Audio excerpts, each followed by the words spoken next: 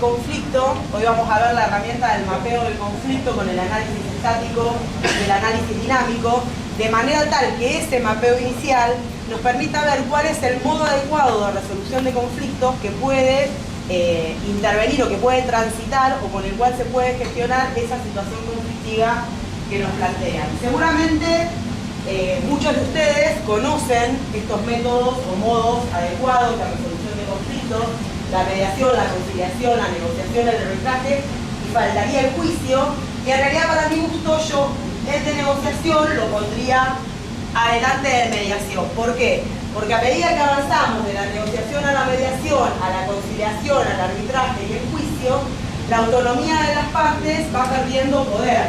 La decisión, las personas las pasan a delegar a un tercero, ¿bien?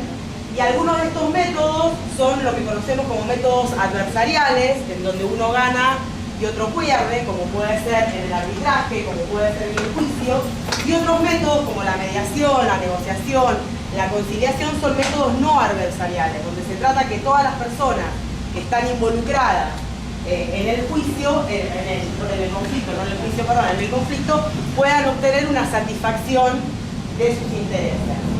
Existen algunas diferencias claramente entre lo que hace un mediador y lo que puede hacer un conciliador, o incluso lo que pueden hacer muchos de ustedes del rol de operadores en conflicto, sean las defensorías, sean los juzgados, en el juzgado penal. El mediador no puede, como dice ahí, emitir una opinión acerca de lo que sucede en el conflicto. No puede el mediador decirle a las partes cuál sería la manera posible de solucionar ese conflicto. No puede sugerir modos de resolución, sino que tiene que trabajar con determinadas herramientas comunicacionales, que mañana vamos a ver algunas porque nos sirven a todos, aunque no estemos en el rol del mediador. O sea, nosotros no pretendemos que todos seamos mediadores.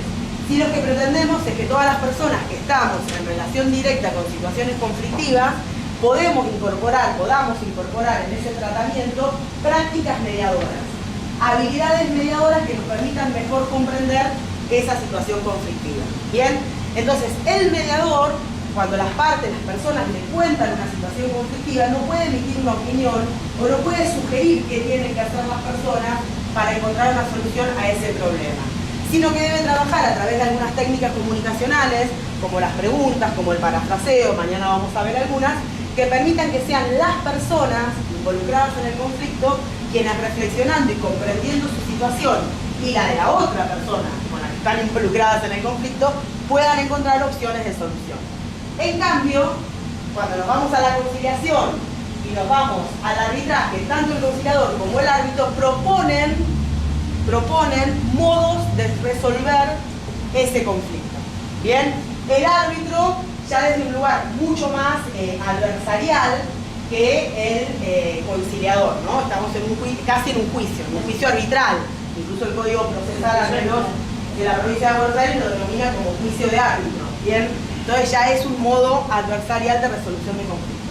Y claramente el último sería el juicio, en donde siempre se aleja más la posibilidad de decisión de las partes, de las personas, por sí mismas. Incluso siempre se aleja más la posibilidad de hablar por sí misma acerca de su conflictiva. Porque en la negociación hablamos directamente, en la mediación hablamos directamente y está el mediador. En la conciliación y en el arbitraje también, capaz que en el arbitraje un poco menos porque ya hay escritos presentados, hay prueba.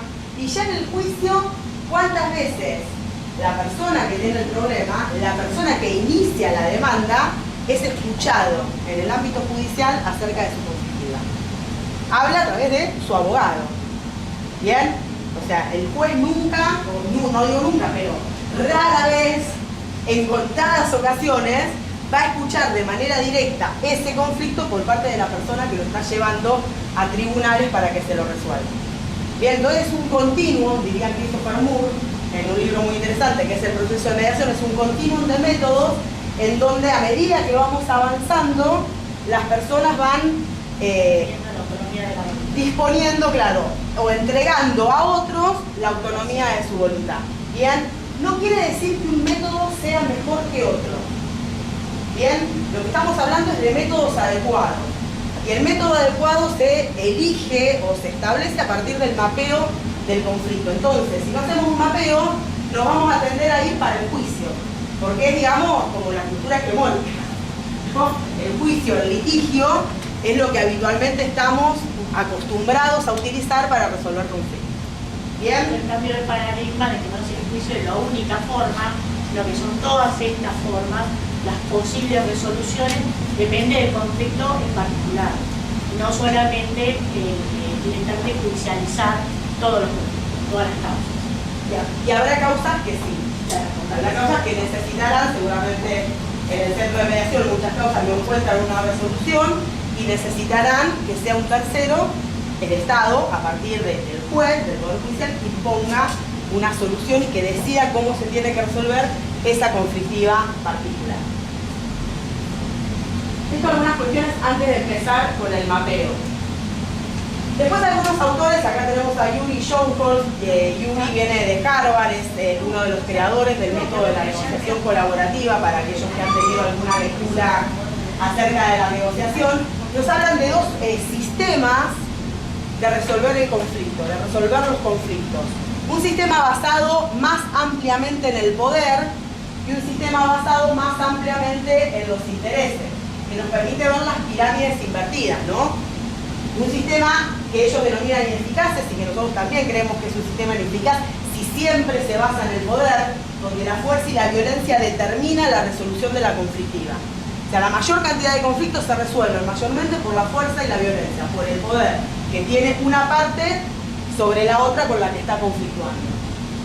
Después tenemos el derecho, que ahí es donde la mayoría de nosotros estamos involucrados, en donde los conflictos se resuelven a partir de lo que dice la ley, a partir de la valoración de la prueba, a partir del acceso a la jurisdicción, a la justicia, como decíamos ayer, el acceso a la jurisdicción, en donde cada uno dice, esta es la ley que se aplica, según la mirada que tenga del conflicto, esta es la prueba que tengo, y el juez imparte o da razón desde su imperium, ¿no?, judicial.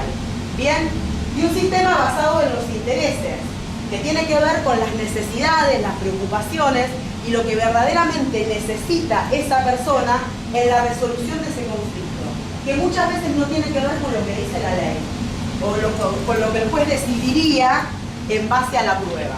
Bien, entonces la idea de un sistema más democrático, de un sistema que apuesta a la autonomía de la voluntad de las partes, y un sistema que piensa en la elección adecuada de los métodos de acuerdo al conflicto, es invertir la pirámide, en donde la mayor cantidad de conflictos pueda resolverse en base a entender los intereses y las necesidades que las personas que están involucradas tienen en esa situación conflictiva. Pensemos en casos de familia. Acá había gente de las defensorías civiles, hoy está el número de la 1, está disminuido el número. ¿Qué pasó con la 1? Está disminuido el número. Ayer era un equipo de fútbol. Ayer era un equipo de papi fútbol, hoy no. Bien, en las defensorías, pensemos estas situaciones en cuestiones de familiares, en cuestiones societarias, ampliando incluso a la justicia reparativa en cuestiones víctima y victimario en el sistema penal frente a determinados delitos. O sea, la persona que es atacada en su propiedad, ¿quiere siempre que la persona vaya presa o quiere que le devuelvan lo que le robaron o le paguen lo que le robaron?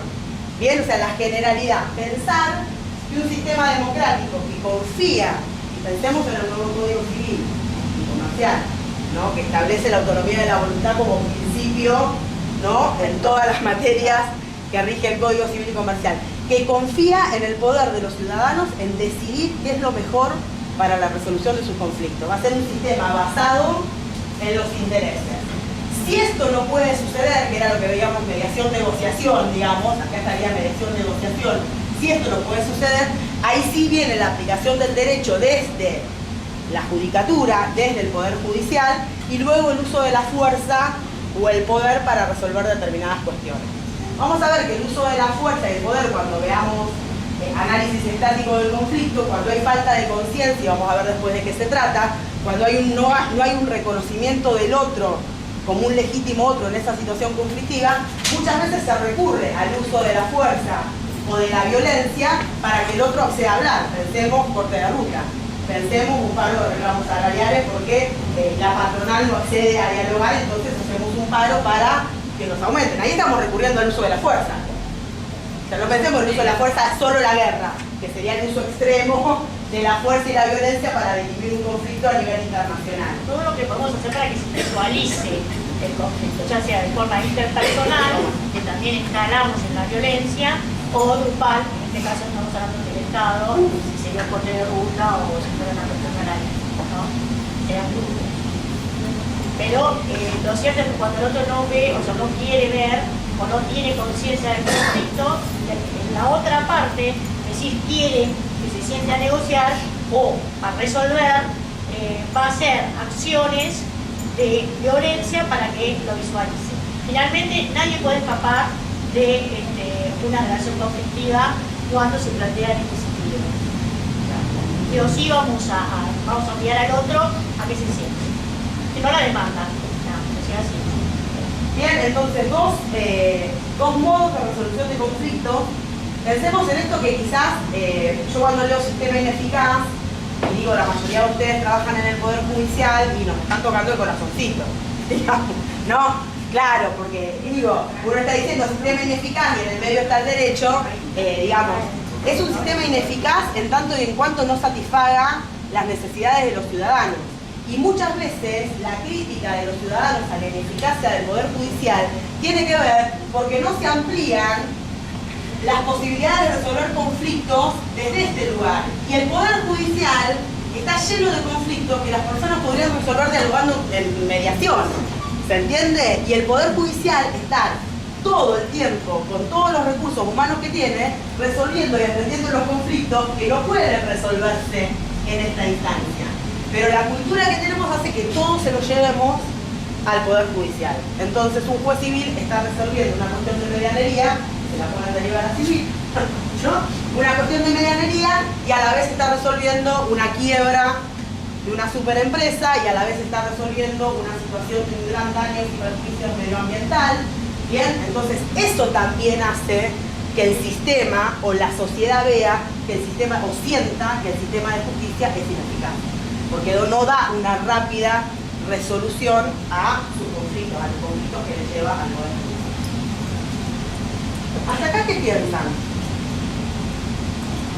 No, así que no piensan. ¿Qué les parece? Bueno, Algo, porque yo veo los gestos, el lenguaje analógico, algunos serios no dicen nada, pero bueno, algo están pensando.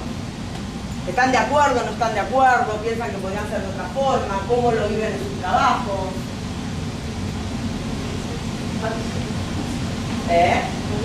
Los uno. Vivir todo el tiempo temas de familia. ¿Qué piensas? Bueno, avanzamos. Ya van a hablar cuando tengan que hacer el trabajo.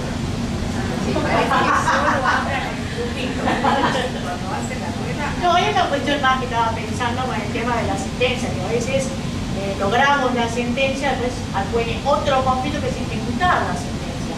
¿Cuántas veces tenemos la sentencia y en realidad no nos satisface y segundo, ni nos sirve? Porque esa sentencia la tenemos que ejecutar, porque el otro, o sea, como el juez a impartir derechos, le da un ganador-perdedor, el perdedor, o el ganador lo dice muchas veces, no está conforme con la sentencia y hay que ejecutarla. Esa ejecución de sentencia significa un nuevo juicio y un nuevo conflicto. ¿Es así o no es así acá en Catamarca? ¿O se cumplen todas las sentencias en Catamarca? ¿Catamarca se cumplen todas las sentencias? Ah, digo, no, porque capaz que... Una ejecución de sentencia, ¿no es un nuevo juicio? ¿Cuántas veces les pasa a ustedes que se emite la sentencia, no se cumple y nuevamente tenemos que empezar? O pensemos, yo tengo un caso particular como abogada de una partición hereditaria en donde he querido ir a mediación pero la otra parte no accede, en donde la sucesión tiene 5 incidentes. 5 incidentes. Entonces, pensemos en la cantidad de recursos estatales puestos en la resolución de ese conflicto, en donde si el otro accediera a hablar, intermediado por un mediador que facilitara la comunicación entre los herederos y los abogados, diéramos un paso atrás y se escuchara qué quieren ellos, quizás ya estaría resuelto. 2008, 8 años. 8 años, 5 incidentes, en donde hay relaciones familiares, ¿no? En donde hay relaciones familiares que, bueno, los hermanos pueden dejar de hablarse, pero ¿qué pasa con los primos? que hasta 3 meses antes de iniciar ese expediente compartían el asado familiar y dejaron de ver al primo porque los hermanos están peleados y los primos dejan de verse. Entonces también hay que analizar qué tipo de conflicto tenemos. Si hay relaciones humanas que son permanentes en ese conflicto o si hay relaciones humanas que son esporádicas en ese conflicto, para poder elegir el método. Y acá le traemos un grafiquito que también nos sirve para la vida cotidiana, que tiene que ver con las distintas actitudes que uno puede asumir frente al conflicto. Que no quiere decir que haya alguna actitud mejor que otra, sino que las actitudes son situacionales. Bien, o sea, uno puede tomar distintas actitudes según en qué situación conflictiva está pasando.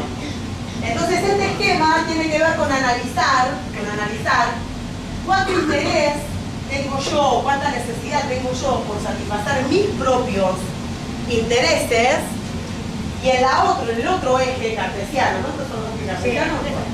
Y en los otros ejes cartesianos, cuánta importancia le doy yo a resolver o a satisfacer los intereses de la otra parte con la que estoy en conflicto. ¿Bien? Entonces, si yo tengo poco interés en resolver mis intereses, mis necesidades, y la otra parte también lo tiene, el conflicto se evita. ¿Bien? Pensemos en el caso de ayer de la escuela. Ayer en la escuela, si bien la madre motorizaba la denuncia de lo que estaba pasando, la directora de la escuela, ¿qué hacía? No pasa nada, acá no pasa nada, su hijo es el molesto, su hijo debe tener problemas en la casa. Evitaba el reconocimiento del conflicto en la escuela. ¿Bien? Lo que puede pasar en esta situación, como puede pasar cuando hay un conflicto en la familia, como puede pasar cuando hay un conflicto en una empresa, como puede pasar cuando hay un conflicto en cualquier organización, escuela, club, sindicato, no había ninguna sindicatura en Mar del Plata, estoy ya curso. Si yo evito el conflicto estalla, el conflicto crece, porque queda latente y va haciéndose cada vez más grande hasta que estalla, como pasó en el caso de la escuela de ayer. Ahora bien, si el conflicto se genera porque yo voy en el supermercado y me choco con tu carrito, y vos te chocás con mi carrito, no me voy a poner a discutir. O sea, es sano no ponerme a discutir si yo tenía paso o vos no tenías paso. Evito la discusión y sigo, porque no hay ningún interés a satisfacer ahí. ¿Se entiende? Pensemos lo que sucede en el tránsito, en situaciones esporádicas, en las que el conflicto podría evitarse, porque no tiene, ¿qué necesidad satisfacemos ahí? Ninguna, y en realidad escala y a veces termina en hechos de violencia. Si yo tengo un alto interés por mis necesidades y un poco interés o nada de interés por las necesidades del otro, voy a competir. Quiero obtener todo. Quiero ganar. ¿Qué es habitualmente lo que pasa y cómo queda plasmado el conflicto en el juicio? ¿No? En el juicio el actor quiere ganar y el demandado quiere ganar, pero quieren ganar todo. Quieren ganar lo que cada uno está planteando. ¿Bien? Van por todo. No me importa la satisfacción del interés del otro. Solo me importa satisfacer mi interés. ¿Bien? Si tengo un bajo interés por mis necesidades o por satisfacer mis intereses y un alto interés por los intereses del otro, tiendo a acomodarme a la situación conflictiva y aceptar esa situación.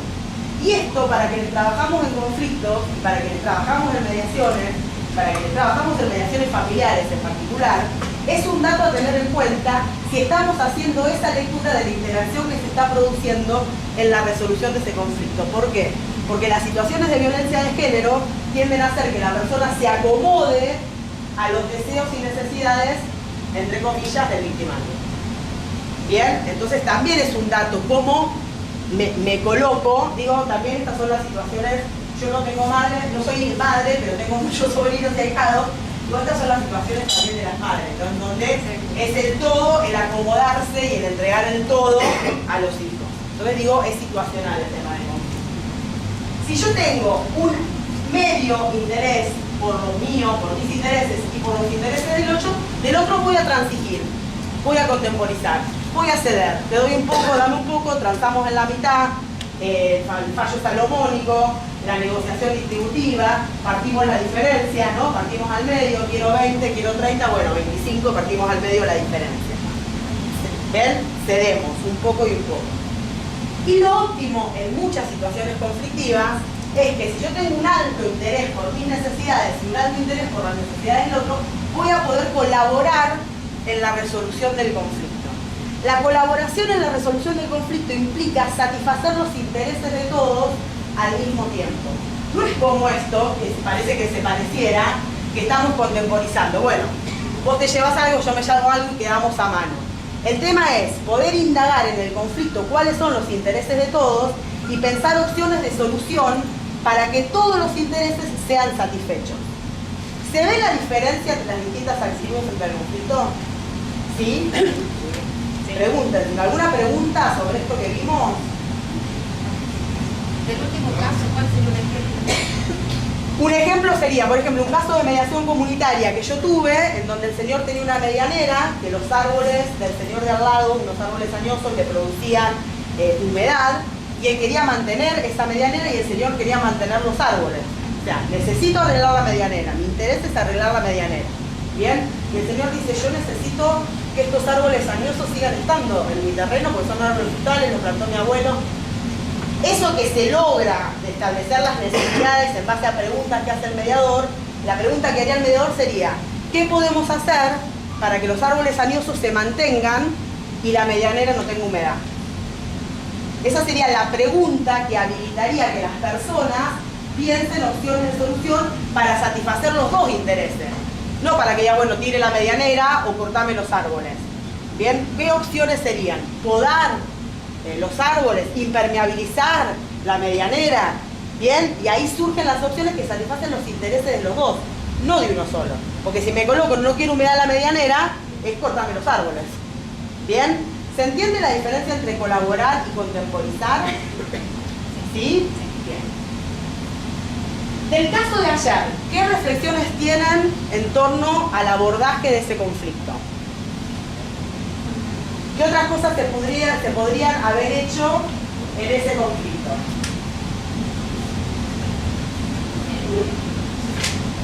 También hacer el reclamo, porque primero se lo dice a la directora, y el reclamo se lo podría haber hecho para agotar la vía, digamos, escolar o administrativa, como no tuvo respuesta de la dirección, que es lo inmediato, pasar a otro nivel que sería el Ministerio de Educación, o sea, a los superiores de la directora, para ver si tienen algún tipo de asidero antes de llegar a otro... Bien, estamos en una gestión del conflicto que seguimos escalando. Sí, no se está escalando. Sí, y si no, otra cuestión también podría ser, que lo estuve pensando, que sería para bajar el nivel de escalada, y la madre hubiera ido a hablar con los padres de los menores, de los cuales ella sabía por medio de su propio hijo que le infligían un malestar a su niño. Se da poco eso, ¿no? Pero yo ahí no sé, porque digamos, porque son también menores y también hay cuidados en torno a estos otros primarios. O sea, yo no sé si además esta madre disponía de los recursos, como por ejemplo datos de algunos y en las escuelas esos datos no se dan. Sí, evidente, yo no sé esta madre como mujer qué otra cosa es la madre, qué otra cosa más podría haber hecho más que ir poniendo en... Pero la madre es la que está reclamando. La que está reclamando. La madre es la que reclama, tengo este problema, tengo este problema, tengo este problema. Y una serie de personas la escuchan y... A mí me parece, por un lado, el tema de la maestra que la llama a la madre porque advierte esta inquietud, que el chico no se quedaba quieto, una alteración en la conducta regular del niño. Ahí, bueno, la posibilidad de indagar y ser la maestra la que también acompañe el dato que lleva la madre a la escuela y generar para buscar generar en el ámbito de la escuela, porque el conflicto se desarrollaba en la escuela, o sea, en la escuela no puede permanecer ajena. Y la directora, yo no sé qué otros recursos, si la escuela tenía gabinete psicopedagógico, diseñar alguna, llamar a los padres, diseñar alguna intervención adecuada a las características particulares de los niños, porque tampoco eran pares, era un niño muy chiquito, era el primer grado y sexto grado, bueno, llamar a los padres, después ver qué podían hacer en la escuela. Bien, en principio escucharla. En principio No escucharla y no negar la problemática que estaba acercando a la escuela, la madre a la escuela. Después, si era así o no... Ay, gracias.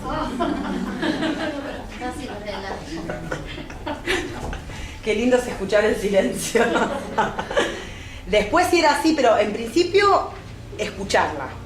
En principio escuchar y no expulsar esa escucha. No negar esa escucha. ¿Bien?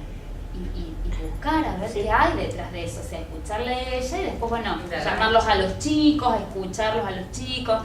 Me llegó esta situación, estos datos, vos que tenés para decir. No, o los chicos estos, los de sexto grado, a ver qué tenían ellos para decir de la situación, qué tenía el nene para que al decir. principio genera un dispositivo de escucha. Un poco ayer estuvimos hablando de la escucha como primera herramienta, ¿no?, que permite empezar a intervenir en el conflicto, básicamente generando una empatía con la persona que lleva la situación conflictiva. En principio escuchar y generar un dispositivo de escucha a todos los involucrados de esa situación conflictiva. Bien, y no como hizo la escuela en este caso, negar y correrse, porque a la vez, si uno piensa en los niveles de intervención del conflicto, o sea, uno en el conflicto interviene en 3 niveles: prevención, gestión y resolución. Acá estamos en una situación de un conflicto ya producido, que incluso puede estar escalado por el hecho dañoso grave que sufre el niño en la escuela y las denuncias de la madre. Pero eso es un emergente de una situación que en la escuela puede repetirse. Entonces la escuela no puede adoptar la actitud de evitar ese conflicto, sino tiene que tomar una actitud de hacerse cargo y de generar una actitud preventiva de esa situación. Atiendo esta situación conflictiva que emerge, pero a la vez prevengo que esta situación no vuelva a surgir. Porque de hecho también, qué sé yo, pensaba que podía hacer en esto de escuchar a los chicos, a los de sexto grado, que podría ser una lógica que ellos, solamente estos dos actuaban, pero que estaba latente qué sé yo, en un grado, en el nivel, y que eso también podía estallar en cualquier momento en otras situaciones de esta naturaleza. O sea, es lo que Natalia dice, el tema de la prevención, no solamente atender al problema emergente, sino ver la posibilidad de prevenir otros. ¿Qué más hubieran hecho? ¿En la escuela ven algún otro tipo de intervención? Tal vez en la comunidad donde pertenecían, porque evidentemente lo que hicieron sentir que tanto la familia como el niño no pertenecían a la comunidad evangélica. Entonces, como pertenecen a esa religión, a esa comunidad, puede haber también un superior que le haya escuchado, porque evidentemente lo que sufría el nene era conocido, tanto por maestros como por los demás compañeros. Pero ¿quiénes pertenecen? Al menos sabemos que era negado, no sabemos si era conocido, pero tenían las antiparras, las orejeras así puestas y no miraban, no podían ver la situación completa. Y llegado el caso al Poder Judicial, ¿qué se podría haber hecho? Mínimo cámara Gesell en respeto de la Convención de los Derechos del Niño, derecho al niño a ser oído en cualquier procedimiento administrativo o judicial donde es parte. Mínimo. dadas las condiciones, o sea, hay una... Dadas las condiciones, no sé si está en el relato del caso, pero la psicóloga del niño decía que el niño estaba en condiciones de pasar con una cámara Gesell. Bien, con lo cual, porque todos sabemos, más allá de lo que después pueda valer probatoriamente, lo que digan lo que sea, es reparatorio en caso de que el niño pueda expresarse ante una cámara Gesell, ser escuchado, ¿no?, en ese ámbito. Mínimo eso. ¿Qué más se podría haber hecho? Ayuda psicológica. Ayuda psicológica. Bien. ¿Qué más? ¿Qué más podría haber hecho la jueza de garantía? Podría haber llamado a los chicos de sexto grado, no sé si hacerles escuchar la cámara Gesell, porque no sé si hacerles ver, no sé, pero que de alguna manera a ellos les llegue el dato de cuál era el relato y cuál era la evidencia de este chico. Y a ver si salía algo con lo que pudieran, que le diera a la punta del ovillo a quien tuviera que trabajar con esos chicos después. No sé en qué ámbito, si psicológico, psicopedagógico, taller de no sé qué. Escuchar a los padres. Mínimo, escuchar a los padres.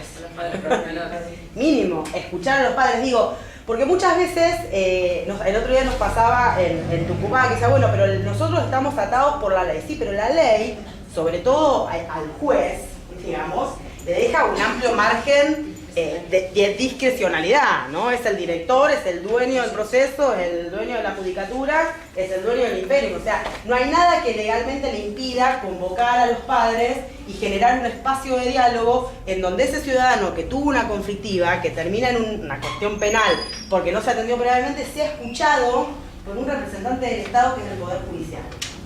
¿Bien? Y que esa escucha pueda desescalar el conflicto.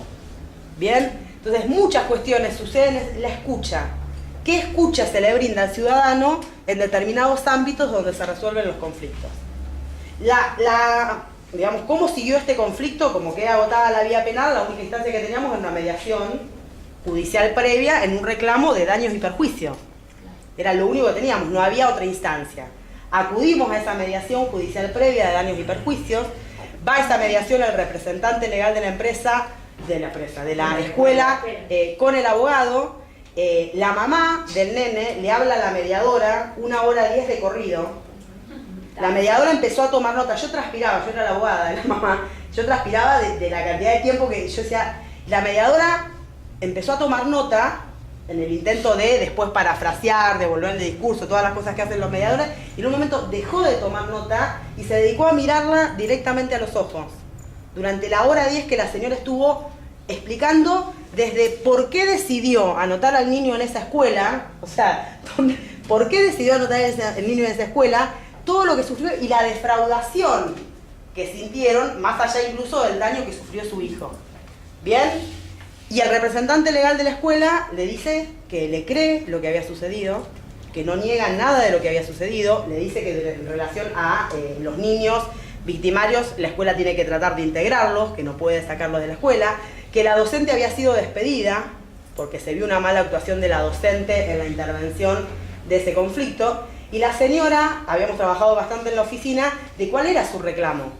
Y su reclamo era los 6 meses de sueldo que dejó de percibir desde que la psicóloga le dijo, usted tiene que estar más tiempo con su hijo, entonces ella era enfermera, dejó de trabajar en una clínica, esos 6 meses de sueldo, diciendo, en enero la psicóloga le dio el alta y la que no salía a buscar trabajo fui yo, o sea que yo quiero solo esos 6 meses de sueldo. Y lo que había pagado en la psicóloga. Eso sucede en la primera reunión de mediación. Ellos dicen que van a evaluar a hacer una oferta, vamos a la segunda reunión de mediación, minutos antes nos reunimos en la oficina y la señora dice, hasta acá llegué. O sea, hasta acá llegué, porque esa señora, que era la mediadora, me escuchó. Y nosotros queremos acá terminar con esto. ¿Se entiende o sea, no hubo, después hubo un resarcimiento que fue de 20.000 pesos, que es nada en torno al daño, pero que era eso, el resarcimiento era eso. Pero la intervención de la mediadora, que no hizo ninguna pregunta, fue escucharla.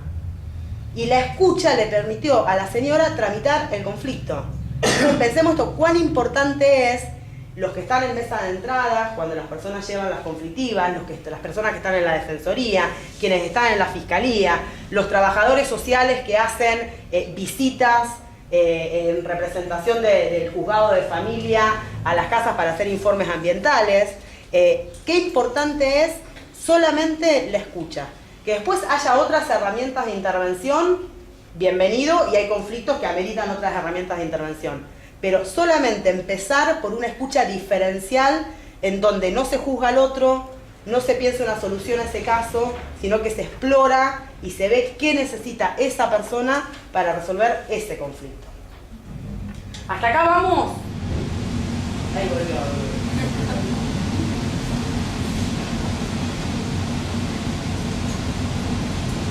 Los noto apachuchados.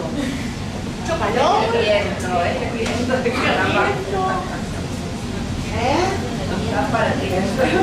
¿Es el viento? Sí. El viento influye en el ánimo. En el ánimo total. El ánimo, sí. Totalmente. El viento influye en el ánimo. Sí. ¿Qué pasó con el menor Mísima? ¿Lo sacaron de la escuela? No lo sacaron. ¿No lo sacaron de la escuela? No, esto es lo que explicó el representante legal, es que de acuerdo a la ley de educación, la escuela tiene que trabajar con el inclusión. No, la víctima. Perdón, la víctima, ¿viste el relato? La madre lo había sacado del colegio cuando se ve el daño grave y ella hace la denuncia, al otro día lo saca del colegio. Lo cambia a una escuela pública. Perdón, te entendí con el victimario. O sea, la madre dice, no, yo no voy a seguir dejando a mi hijo en esa escuela y lo sacó. En realidad se podría haber trabajado con ambos y la intervención de la escuela hubiera sido anterior a que se produjera un daño físico grave para el niño. Con los victimarios, ¿qué se dice? Con los victimarios al menos lo que dijo el representante legal, porque no hubo ninguna cuestión de prueba ni nada, lo que dijo el representante legal, que se estaba trabajando en la integración y en la problemática que tenían. Pero que ellos por la ley de educación no podían expulsarlo de la escuela.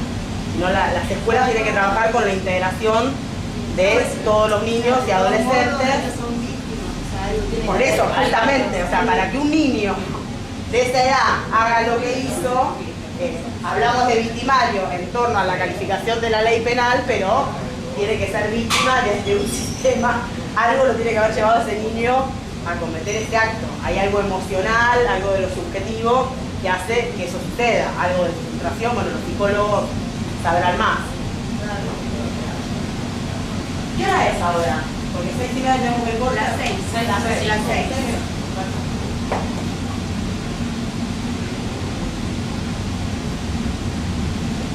¿Querés que empiece con esto o...? Bueno, para decir. A ver, nosotros queremos traerles una herramienta fundamental de conflicto que tiene que ver con el análisis. Después mañana vamos a ver algunas herramientas que tienen más que ver más con la intervención en la narrativa cuando las personas nos cuentan el conflicto, que son herramientas comunicacionales, pero una herramienta de análisis del conflicto que a todos nos va a servir, seamos mediadores o no, pero si estamos en contacto directo con un conflicto, esta herramienta nos va a servir para poder hacer un diseño de la intervención o para poder comprender en qué conflicto vamos a intervenir o qué conflicto nos está trayendo la persona a la policía, a la mesa del juzgado, ¿bien? Entonces, es un instrumento de análisis, el mapeo, que nos permite entender cuál es la situación conflictiva desde dos niveles. Desde un nivel estático, una mirada estática, que sería la foto de ese conflicto, y desde una mirada dinámica, que sería la película, decimos, del conflicto. Claramente suena como contradictorio porque el conflicto siempre es dinámico. Bien, pero hay un momento en donde uno tiene que decir, bueno, a ver qué me contaron, saco la foto y empiezo a hacer un análisis de ese conflicto. ¿Por qué es necesario esto? Porque nos va a permitir identificar en qué nivel nos encontramos para intervenir. Esto que yo recién les decía, hay 3 niveles de intervención: prevención, gestión y resolución. Si yo tengo un conflicto escalado, bien, ha escalado en uso de recursos, ha escalado en situaciones de violencia, es muy difícil que pueda hablar de resolución. Primero voy a tener que estabilizar ese conflicto, que bajar la tensión, que gestionar la tensión que se da entre las personas que están en situación conflictiva, para después de eso poder pensar en vías de resolución. Y lo que pasaba recién con la escuela, puede ser que tengo la emergencia de un conflicto, pero ese conflicto me está diciendo que voy a tener que prevenir otras situaciones similares. Bien, cuestiones con adolescentes, situaciones de discriminación. Me acuerdo de un caso de mediación comunitaria en Olavarría, en donde la situación era en una plaza que la usaban los adultos mayores, el centro de jubilados, para jugar a las bochas, y los adolescentes para tomarse una cervecita, escuchar música, y había, bueno, alguna conflictiva entre ellos. Se resolvió, pero había que trabajar cómo después ambos grupos podían ocupar ese espacio público sin seguir peleándose. Bien, la situación conflictiva que se dio de pelea se resolvió, se pidieron disculpas, pero ¿cómo seguimos todos pudiendo compartir el mismo espacio público, que es la plaza, la que te queda cerca de tu casa y la que está enfrente del centro de jubilados? Situaciones de discriminación en las escuelas. Bien, entonces eso nos coloca en un nivel de prevención, gestión o resolución. 3 niveles distintos que nos obligan a intervenir de manera distinta. Porque quizás a nivel de prevención lo que hay que hacer es, como decías vos, talleres de sensibilización, que nos inviten a reflexionar sobre determinadas circunstancias. Digo, esta capacitación es preventiva. O sea, todos estamos incorporando, aunque lo quieran hablar hoy, todos estamos incorporando nuevas miradas sobre el conflicto. Y algo nos va a hacer ruido cuando tengamos un conflicto interpersonal nosotros estemos involucrados, y vamos a decir, bueno, a ver, ¿qué ratón blanco no estoy viendo? ¿Qué ratón blanco no estoy viendo en el otro y qué ratón blanco no estoy viendo en mí mismo? Bien, entonces, esto multiplicado en escuelas, en la comunidad, que vengan más abogados, termina siendo preventivo de la gestión de futuros conflictos. ¿Y en qué ámbito se da ese conflicto? Si es un conflicto interpersonal entre dos personas, si es un conflicto grupal, si es un conflicto institucional que se da en una organización, o si es un conflicto comunitario. Y a medida, estos ámbitos son los ámbitos en donde todos los seres humanos desarrollamos nuestras conductas. Todos tenemos relaciones interpersonales, todos pertenecemos a grupos, todos pertenecemos a alguna institución y todos estamos insertos en la comunidad. Pero a medida que aumentamos, que se amplía el ámbito de la conducta, se amplía la complejidad de los conflictos. Una cuestión es un conflicto interpersonal y otra cuestión es un conflicto entre los enfermeros y el sector de guardia de un hospital, en donde ya hay dos grupos, pero a la vez cada grupo tiene personas que tienen distintas miradas sobre esa situación conflictiva. Otra cuestión es un conflicto institucional, un conflicto de dos organizaciones, que muchas veces puede suceder en los barrios. Al menos en Mar del Plata, en la sociedad de fomento con la sanidad de salud, por el uso de determinados espacios públicos o uso de espacios comunes. Y otro es el conflicto comunitario, que se puede dar entre grupos, entre personas y entre organizaciones. Entonces es mucho más complejo porque puedo tener muchos más actores involucrados, y al conflicto comunitario le sumo que muchas veces puede haber cuestiones de conflictos públicos involucrados en esos conflictos comunitarios. Pensemos, y no le voy a decir a ustedes en Catamarca, situaciones medioambientales. Estamos claramente en un conflicto comunitario, en un conflicto complejo y en un conflicto público, ¿no? Bien, con lo cual esas características del conflicto me va a obligar a diseñar la intervención. Después vamos a ver cómo se diseña esa intervención. Pero necesitamos este análisis estático y dinámico que vamos a hacer, nos permite entonces ver niveles de intervención y ámbitos o sistemas en los que ese conflicto se está produciendo. ¿Identifican estos ámbitos en los conflictos en los que ustedes intervienen? A ver, tenemos que generar un feedback por el tema de la experiencia, porque si no, no sabemos si se capta o no. No si se capta, o sea, si se instrumentan o no. O sea, en la defensoría, ¿qué conflictos tratan básicamente?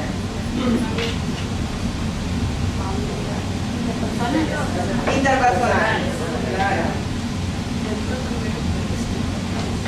Las asistentes sociales, ¿con qué tipo de conflictos suelen estar en contacto? Pueden ser interpersonales, grupales, institucionales, comunitarios. Bien, el ámbito de inserción de trabajo de ellos le amplía.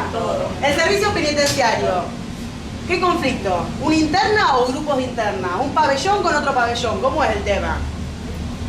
Grupos. Grupos de convivencia.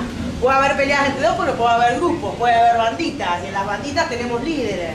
Y los líderes llevan la palabra del grupo, que no sabemos si es la palabra del grupo o es la palabra del líder. Con lo cual, el operador en conflicto deberá chequear y en todo caso diseñar, reunirse con el grupo. Y no solo escuchar al líder. Bien, en las fiscalías, ¿qué tipo de conflictos tratan? Interpersonal, grupal, comunitario. Los comunitarios básicamente, ¿de qué son en la fiscalía? ¿Qué tipo de conflictos denuncian?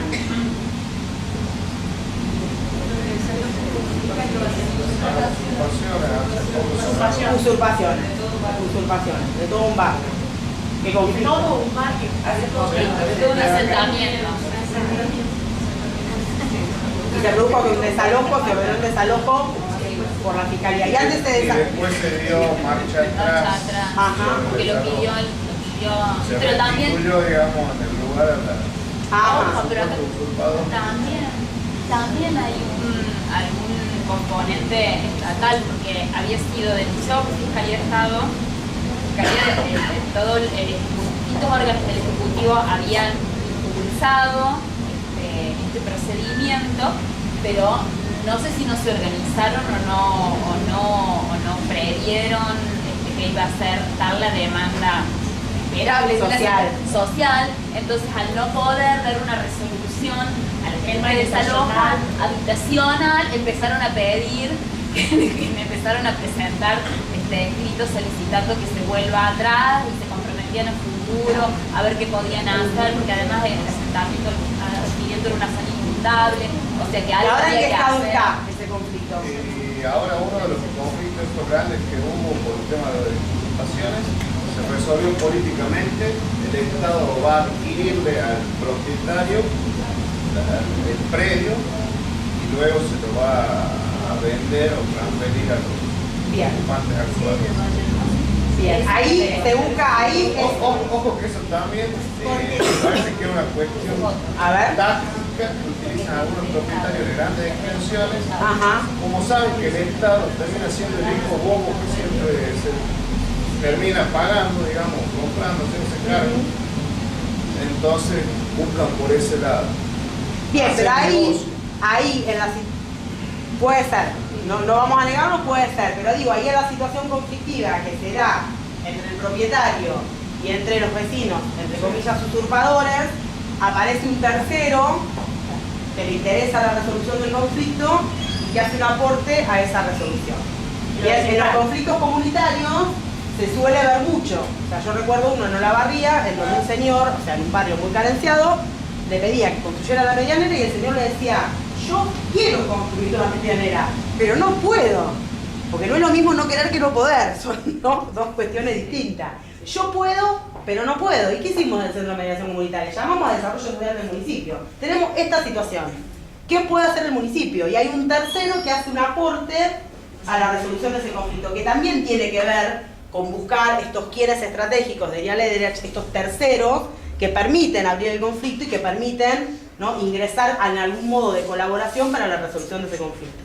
Bien, entonces, pero no todos los conflictos del Poder Judicial son interpersonales. Acá traes un conflicto comunitario, grupal, institucional, el Estado involucrado, participando activamente en la resolución del conflicto. Pero el conflicto queda, digamos, está suspendido, digamos, porque te entra un tercero, el conflicto queda como en una stand-by, digamos, porque cuando puede haber una inundación, Pero ese es otro, ¿no? Pero ese es otro. Es otro, solo estamos hablando de dos. Bueno, pero ahí también da en esto del nivel de la prevención. Si hay otras situaciones similares de usurpación, se puede prevenir la resolución de ese conflicto si llegara a esa situación de desalojo. ¿Se entiende? Si uno hace un análisis de política pública, es decir, a ver, que hay un problema habitacional, hay esta cantidad de terrenos usurpados, ¿qué se puede hacer para brindar solución a esa situación sin que el conflicto estalle con una denuncia de usurpación y una orden de desalojo? En el Centro de Mediación Vecinal intervino en un conflicto ustedes están en el Centro de usurpación, Mediación, sí. Intervino en un conflicto de usurpación de terrenos antes de que se produzca un desalojo violento. Entonces se pudo hacer ahí un trabajo, no participé yo específicamente, pero se pudo hacer un trabajo donde se trabajó. Más allá es la problemática de vivienda, sigue siendo una problemática. Y a veces la intervención puede ser, sabiendo que no se pueden quedar, cuál es la solución que se les brinda para que puedan retirarse de una manera adecuada. Digo, esto es lo que abre el mapeo y el análisis del conflicto. Bueno, el papel importante de las instituciones del Estado, o sea, cuáles son las posibles soluciones que se les podrían dar a las familias carentes de viviendas. Entonces, ¿cuáles serían las posibilidades para poder solucionar? En algunos casos, hay algunos propietarios que querían vender los terrenos, y estaba la posibilidad de cómo se los podían vender. Entonces, por ahí es... ¿Quién le puede dar un crédito? Si el Estado puede brindar el crédito. O cómo, sí. O sea, pero no es un trabajo que se da de un día para el otro. No, claramente. Y aparte no hay viviendas. Una cuestión que tiene que... Sí, a ver. Esto, yo también pertenezco al Centro de Mediación. Esto de gestionar, inclusive, ¿sí? Ir administrándolo al conflicto. Tal cual. En comunitario, por ejemplo, nosotros tenemos el ejemplo claro que se dio de promineros, antimineros, la empresa minera, el gobierno. Y bueno, en realidad eso es una bomba acá en Catamarca.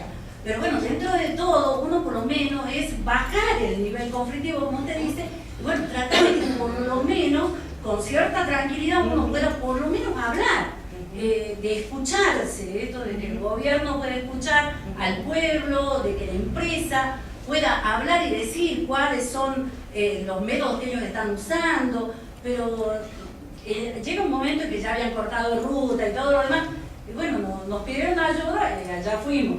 Pero bueno, claramente a mayor escalada de conflicto, mayor dificultad de intervención. Por supuesto. O sea, si el conflicto yo lo tengo escalado, una cosa es que tenga que hablar en el corte de ruta y otra cosa es que en lugar de hablar en el corte de ruta estemos hablando en un club donde hacemos la asamblea.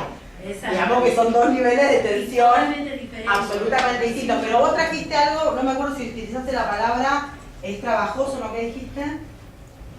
Como que no es fácil, o sea, como que lleva un tiempo. Lleva mucho tiempo. Lleva mucho tiempo. Y una de las características, yo entiendo que es el operador en conflicto. Sí, O sea, de cualquiera de ustedes que están en una situación conflictiva, están interviniendo en un conflicto. Y sobre todo del mediador es la paciencia.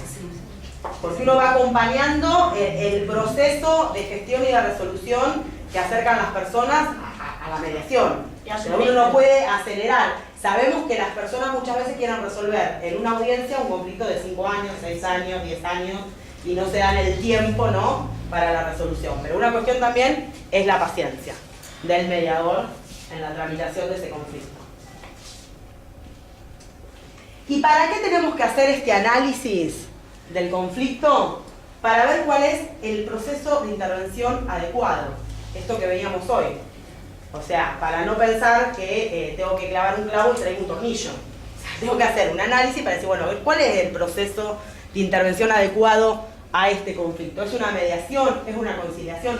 ¿Es una facilitación? Porque cuando hay conflictos públicos es muy difícil hablar de mediación, porque no todas las personas que participan de ese debate, de esas asambleas, toman la resolución después la toma el gobierno. Entonces, ahí estamos en una facilitación, escuchando los intereses de todos. Es un diálogo participativo para hablar de la discriminación en las escuelas y que no vuelvan a suceder hechos de violencia. Son reuniones grupales, es una mediación arbitraje.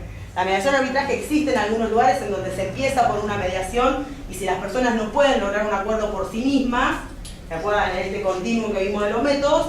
Se pasa a un arbitraje y se impone una solución. Bien, ¿cuál es el método adecuado?